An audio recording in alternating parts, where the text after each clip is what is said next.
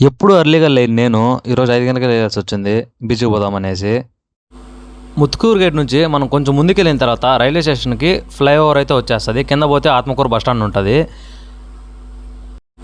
ఈ ఫ్లైఓవర్ మనం ఎక్కి దిగిన వెంటనే మనకు లెఫ్ట్‌లో అయితే రైల్వే స్టేషన్ ఉంటది. ట్రైన్స్ ఇక్కడే అయితే పార్క్ చేసేది మనకి.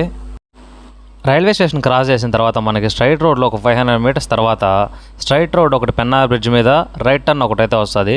మనం రైట్ టర్న్ తీసుకున్నామంటే స్ట్రైట్ బీచ్ రోడ్కి అయితే వెళ్ళిపోతాం మనము. మనకి బీచ్ రోడ్లో గ్రీనరీతో మంచి ఎక్స్పీరియన్స్ అయితే వస్తుంది. పొద్దున్నే మంచి పచ్చని పొలాలు చూడడానికి అయితే చాలా బాగుంటాయి. మనకు అక్కడక్కడైతే విలేజెస్ కూడా ఉంటాయి. ఆ విలేజెస్ అన్నీ క్రాస్ చేసుకుంటే బీచ్కి అయితే వచ్చేస్తాం మనం. బీచ్కి అయితే ఇదే ఎంట్రన్స్ అనమాట. నార్మల్గా ఇక్కడ 2 వీలర్స్కి అయితే 20 రూపీస్ ఎంతో ఛార్జ్ చేస్తారు. ఇంత పొద్దున్న ఎవరు లేరు కాబట్టి మనకైతే ఛార్జ్ చేయలేదు. బీచ్కి అయితే ఎంటర్ అయిపోతున్నాం మనము. ఎవరు వచ్చిండర్లే ఇంత పొద్దున్న నిద్ర లేచి అనుకుంటా. మనకన్నా ముందు చాలామంది అయితే ఉన్నారు బీచ్లో. ఈ బీచ్కి అయితే నేను చాలాసార్లు వచ్చిన, కానీ నేను వచ్చిన ఇప్పుడు ఇట్లయితే జరగలేదు. ఎందుకు ఇంతమంది ఇక్కడ కూర్చున్నారు, ఎందుకు ఈ పని చేస్తున్నారు అని చెప్పి నాకు కూడా అర్థం కాలేదు ఫస్ట్లో అయితే. అందరూ చూస్తున్నారు కానీ అందరూ సైలెంట్గా ఉన్నారు. కానీ ఎవరైతే పోయి అడగలేదు. నాకెందుకు నోటుతో లెక్క అయిపోయి నేను పోయి అడిగినా. ఆంటీ అయితే నన్ను తిట్టిన కూడా తిట్టింది ఒకసారి. వీడియో ఎండ్ వరకు అయితే చూడండి. ఆంటీ నన్ను ఎందుకు తిట్టింది, ఎందుకు వాళ్ళు అట్లా చేస్తున్నారు చెప్పి అయితే నేనైతే క్వశ్చన్ చేసిన. వాళ్ళైతే ఏం చెప్పినారని చెప్పి అయితే వీడియో ఎండ్ వరకు అయితే చూడండి, మీకైతే క్లారిటీ వచ్చేస్తుంది.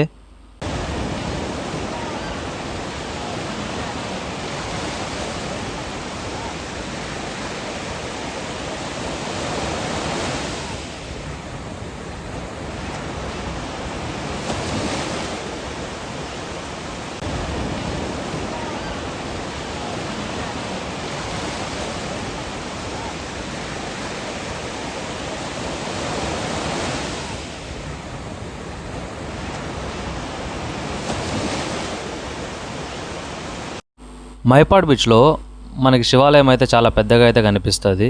ఇక్కడ శివరాత్రి నెలలో మాఘమాసం నెలలో ప్రత్యేకమైనటువంటి పూజలు అయితే చేస్తారు.